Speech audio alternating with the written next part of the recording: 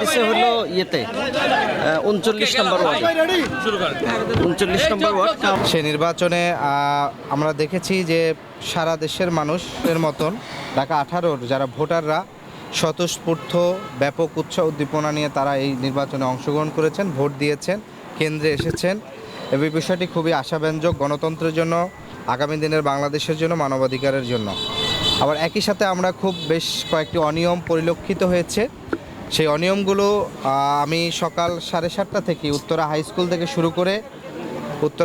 থেকে শুরু করে এখানের মালেকা বানু স্কুল, তারপরে মাউসাইদ, ময়নারটেক, তারপর হচ্ছে আনোয়ার স্কুল, তারপরে আপনার এখানে রাজুক থেকে শুরু করে বেশ 8 থেকে 10টি কেন্দ্রে আমি গিয়েছি। এবং আমাদের প্রধান নির্বাচনী এজেন্ট সহ শুরু করে আমাদের মিডিয়া প্রধান যে দায়িত্ব ছিলেন তারা গিয়েছেন, অনেকগুলো কেন্দ্রে আমাদের গিয়েছেন। আমরা বড় ধরনের মূলত যে জায়গাগুলো দেখেছি সেটি হচ্ছে যে নির্বাচন কমিশনের একটা আইন আছে, যারা ভিতরে পোলিং এজেন্ট হিসেবে দায়িত্ব পালন করবেন তারা কিন্তু কোনো দলের নির্দিষ্ট দলীয় প্রতীক আসলে ব্যবহার করতে পারবেন না, এটা কিন্তু একটা নিয়ম ছিল। কিন্তু অধিকাংশ কেন্দ্রেই আমরা দেখেছি যে এস এম জাহাঙ্গীর ভাইয়ের যারা পোলিং এজেন্ট ছিলেন, ধানের শীষের প্রতীক তারেক রহমানের ছবি সহ তারা এই আইডি কার্ড নিয়েই হচ্ছে পোলিং এজেন্টের দায়িত্ব।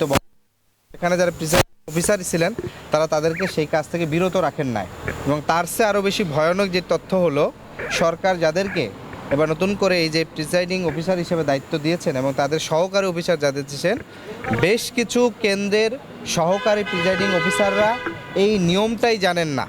তাদেরকে বলেছি যে পোলিং এজেন্টরা দলীয় কার্ড নিয়ে করতে পারবে না, তাহলে সরকার পুরোটি নির্বাচনে পোলিং এজেন্টের যে দায়িত্ব পালনের জন্য যাদেরকে স্পেসিফিক দায়িত্ব দিলেন সহকারী প্রিসাইডিং অফিসার হিসাবে, তারা কিন্তু সেই জায়গাটি তাদের নিয়মটি জানেন না।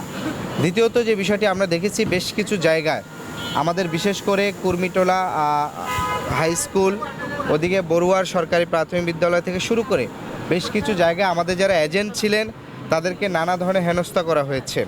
এবং আমরা এখন সবচেয়ে বেশি যে বিষয়টি আশঙ্কা প্রকাশ করছি, মানুষ যে ভোট দিয়েছে সেই ভোটের রায়কে প্রভাবিত করার জন্য গুরুত্বপূর্ণ যে 18 থেকে 20টি কেন্দ্র আছে যেখানে সবচেয়ে বেশি ভোট কাস্টিং হয়, 15,000 থেকে শুরু করে 20,000, 10,000, প্রত্যেকটা কেন্দ্রের চারপাশে আমরা দেখেছি যে বিএনপির প্রার্থী এস এম জাহাঙ্গীর প্রচুর নেতাকর্মীদেরকে জড়ো করছেন, তার দলীয় জ্যাকেট পরে তারা কেন্দ্রের ভিতরে বারবার যাওয়ার চেষ্টা করছেন, ভোটারদের লাইনের ভিতরে দলীয় আইডি কার্ড নিয়ে দাঁড়িয়ে থাকে ভোটারদেরকে প্রভাবিত করার চেষ্টা করছেন। ফলে আমরা আশঙ্কা করছি আগামী যে 2 ঘন্টা আছে সেই 2 ঘন্টা কেন্দ্রগুলোকে নানা ধরনের প্রভাবিত করে একটা হুলস্থুল পরিস্থিতি তৈরি করতে পারেন। তো আমাদের বিস্তারিত স্পেসিফিকভাবে আমাদের এই ঢাকা 18 আসনের মিডিয়ার দায়িত্ব পালন করেছেন আমাদের বিশেষ করে কামরুল হাসান ভাই এবং একই সাথে আব্দুল মান্নান মাহিন তালুকদার। তো এখানে স্পেসিফিক কোন কোন কেন্দ্রে আমাদের সমস্যাগুলো বেশি পরিলক্ষিত হয়েছে সে বিষয়ে আমি কামরুল হাসান ভাইকে বিস্তারিত বলার জন্য অনুরোধ করছি। একটু পিছিয়ে আসলে ধন্যবাদ জানাই। ঢাকা 18 আসনের আমাদের মাঝে উপস্থিত আছেন ঢাকা 18 আসনে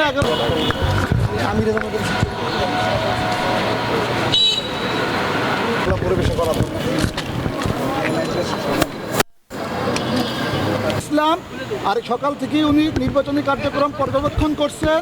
এখন উনি আপনাদের উদ্দেশ্যে করেছি। এর মধ্যে হলো 48 নং ওয়ার্ড, যেটি হলো বড়ুয়া আলাউদ্দিন দেওয়ান উচ্চ বিদ্যালয়, খিলক্ষেতে পড়েছে এটি। এখানে হলো আমাদের যে 11 দলীয় জোটের যে প্রার্থীরা এজেন্টরা ছিল, এজেন্টদেরকে হলো বের করে দিয়েছেন। বিশেষ করে বিএনপি নেতা মোবারক হোসেনের নেতৃত্বে তারা এই কাজটা করেছেন এবং সেখান থেকে মোবাইল নিয়ে গিয়েছেন, আমাদের ক্যাম্প হলো হামলা করে ভাঙচুর করেছেন। এর বাহিরে আমরা দেখেছি 46 নং ওয়ার্ড, এই ওয়ার্ডের উত্তরখান হাই স্কুল, এখানে বিএনপির একজন মহিলা কর্মীকে জাল ভোট দিতে যেয়ে হলো সেনাবাহিনীর হাতে তিনি পাকড়াও হয়েছেন। তারপরে হলো 3টা জায়গায় আমরা দেখেছি যে ভোটারেরা ভোট দিতে গেছেন কিন্তু তাদের ভোট কাস্ট হয়ে গেছে, এটা বলা হচ্ছে। তার মধ্যে হলো মালেকা বানু স্কুল এবং হলো ময়নারটেক সরকারি প্রাথমিক বিদ্যালয় স্কুল এবং হলো সাদেক মাস্টার মডেল স্কুল। এই 3টা স্কুলে আমরা 3 জন ভোটার আমাদের কাছে অভিযোগ করেছেন তারা ভোট দিতে গিয়ে তাদের ভোট হলো ইতোপূর্বে কাস্ট হয়ে গেছেন, তারা ভোট দিতে পারেন নাই। এর বাহিরে আমাদের 39 নম্বর ওয়ার্ড যেটা হলো বিমানবন্দর, এই 39 নম্বর ওয়ার্ড জামায়াত ইসলামের সেক্রেটারি সুজন আহমেদ ভাইকে হলো হামলা করেছেন এবং সেখান থেকে আমাদের 3 জন এজেন্টকে হলো বের করে দিয়েছেন এবং হলো পরবর্তীতে সেনাবাহিনীর সহযোগিতা আমরা 2 জন এজেন্ট সেখানে ঢুকাতে পারলো, 1 জন এজেন্ট এখন পর্যন্ত আমরা ঢুকাতে পারিনি। এর বাহিরে বেশ কিছু কেন্দ্র আছে, যেমন কাওলা ইসলামিয়া দাখিল মাদ্রাসা, সিভিল এভিয়েশন উচ্চ বিদ্যালয়, গাওয়ার আদর্শ উচ্চ বিদ্যালয়, এই সমস্ত জায়গা যেখানে নারী ভোটাররা স্পেশালি সেই জায়গাগুলোতে কৃত্রিম সংকট তৈরি করে হলো ভোটকে স্লো করে দেওয়া হয়েছে এবং বিএনপির কর্মীরা বারবার হলো লাইনে দাঁড়িয়ে যাচ্ছে, যার ফলে ভোট হলো স্লো হচ্ছে। সেনাবাহিনীকে বললে তারা যাচ্ছেন, তারা গেলে পরিস্থিতি ঠিক হয়ে যায়, ও তারা চলে আসলে আবার আগের মতো পরিস্থিতি তৈরি হয়ে যায়। এই রকম করে হলো সেখানে বারবার মনির কাট আর লাগবে না। এই তো ভাই ভালো আছেন? হ্যাঁ, আপনি একমাত্র উত্তরের মধ্যে প্রতিবাদী লোক।